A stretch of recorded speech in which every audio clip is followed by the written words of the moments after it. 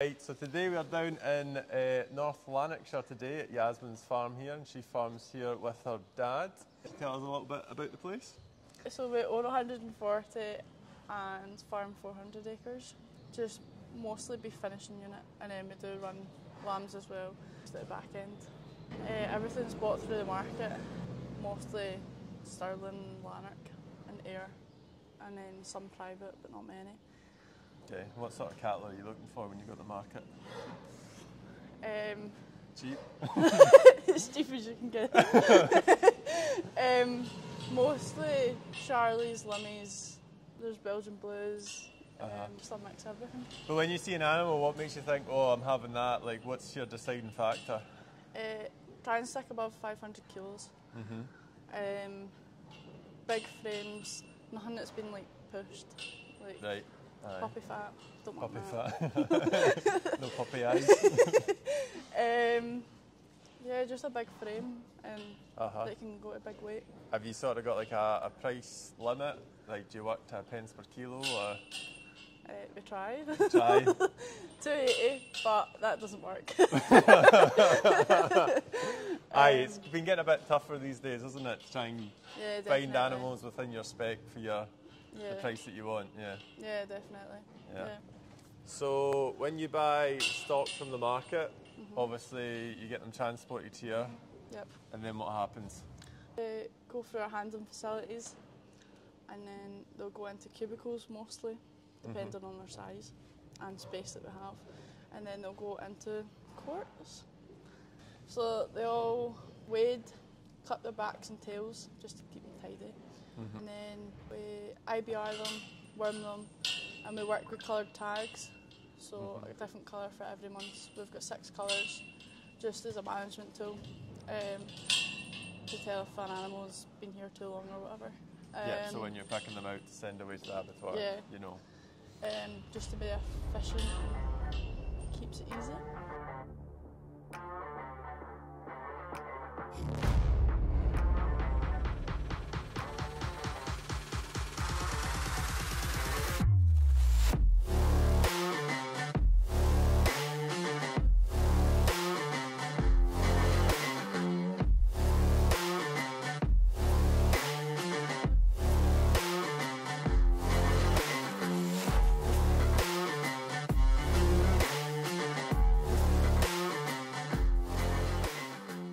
So how long has your family been on this land?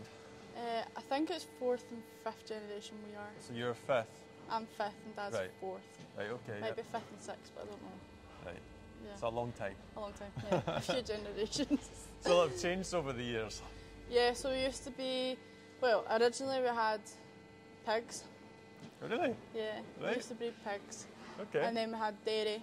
So dairy used to be on the other side. Down here? So that used to be the milking parlour, and then the cubicles. And then during summers, my grandpa, didn't want to have empty sheds. So while the cows were out at grass, we ended up buying stores. Okay. So that was a summer project.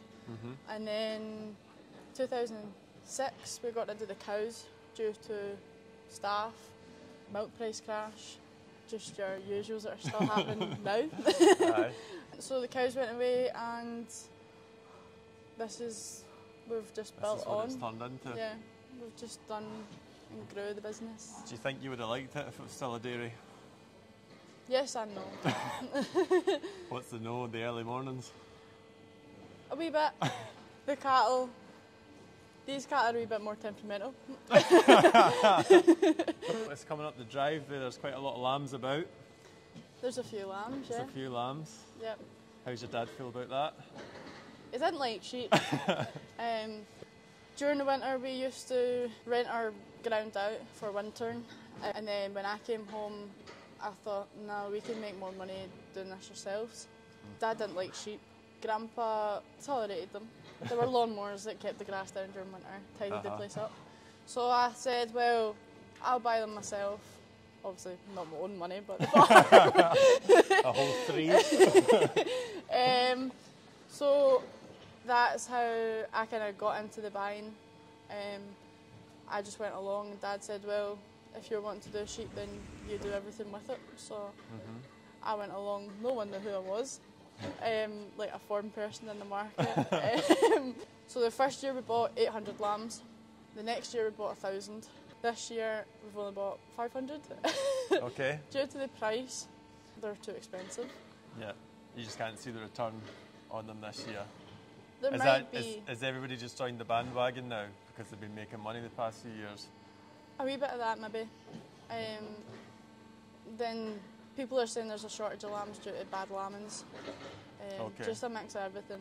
Because it was a wet spring, wasn't it? Yeah, there was a wet summer. spring. And England are maybe a wee touch back on lamb numbers. Okay. So you've got more lambs going down south. It seems to work for us. Gives us something to do at the weekend. And then it's just money that we've got coming in that Aye, a wee bit of diversification as well. Yeah, so the sheep is mostly my kind of side, and then unless I need a hand, then I'll get Dad to rope into it. Do you see a future in sheep going forward? Like, if you were to continue on the farm here, next 10, 15 years, is there going to be more sheep, less cattle, or? I would keep the sheds full. Yeah. Do what we do a good job. We've got a good name for ourselves.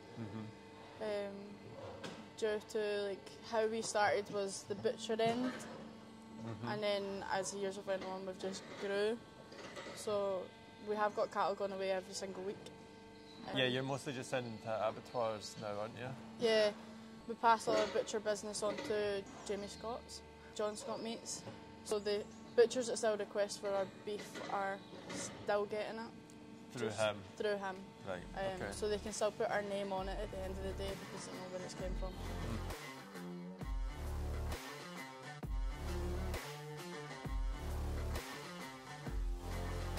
So Yasmin here's pulled out a beast for us that they're sending away to ABP on Monday.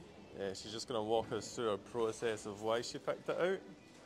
So obviously as a blue it's never going to be fat. It's over 700 kilos, starting to get a bit of fat in its tail head here. It's filled out nicely along its back. And well, all our customers are different criterias. Yep. Different weights, kill out percentages, after different kind of cattle.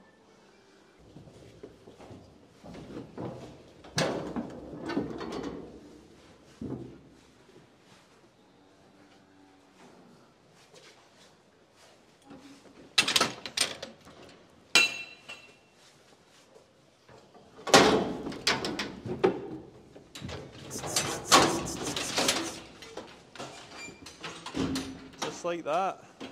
As easy as that, yeah. So this is our second crush of this kind. Our old one lasted 15 years. So What did it? Yeah, hopefully this is the same. So very basic, squeeze crush. Got all different wee doors. When you're clipping their bellies, that opens. Aye, so you'll have to cut bellies during the winter, will you? Yeah, mostly during winter, when it starts getting a bit wetter. Yeah, mostly the winter. Once they've got hair on them, you need to clip their bellies and clip down this bit. When they come in, we clip all their tails. Yep. That one's just gone away, so clip all their tails all the way along the back, and then we'll worm them. And then put a colour tag on them and give a vaccine as well. Yeah, we IBR them. So when all the cattle come in, they get weighed, and then that gets put on our system, so we know from our side if our diet's working, if an animal's not well, or just different factors that might lead up to it. Aye.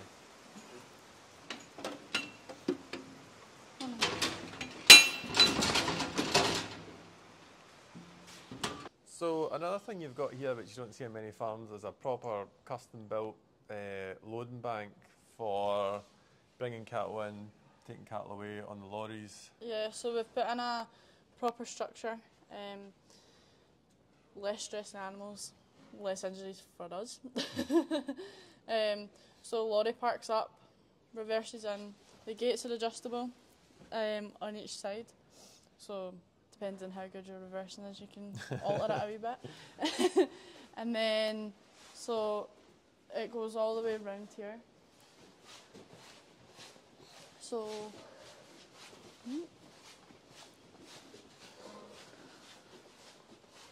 so this is the loading pen.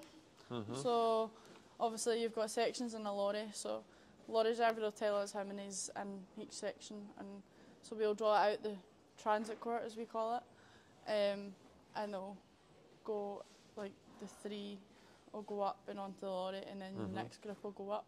So it's just an easier handling way of Aye, it's doing quite things. smooth. Yeah, Aye. it's easy enough done, can be done with one person. Gates all swing into each bit that you need it to. So also when the cattle just arrive on the farm, they'll go straight into this transit court. So we'll buy them, they'll get dropped off. We feed them just silage, because that's all they've been on before they came here. Let them settle the night, get filled back up from being at the market. Because obviously if they've been standing in the market, they'll be empty. So we'll let them all fill up, have water, chill out basically. Get the Netflix on. Yeah, put their feet up. That's where they go overnight.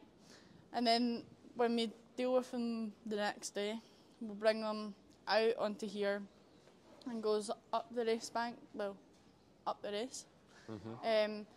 That was the first big thing that we done when Ala had left school. It's just a more permanent structure, and it's not going to last a bit longer. If you need it, it's there right away and you can work it. Same as this loading bank, you don't have to panic at the last second to get things together. Yeah, especially with the volume of cattle that we've processing weekly, daily, it's there, and it's all built that you can do it with one person. So if you've got a sick animal, you want to run it up, you can do that yourself. It's all one person can do everything, which is handy.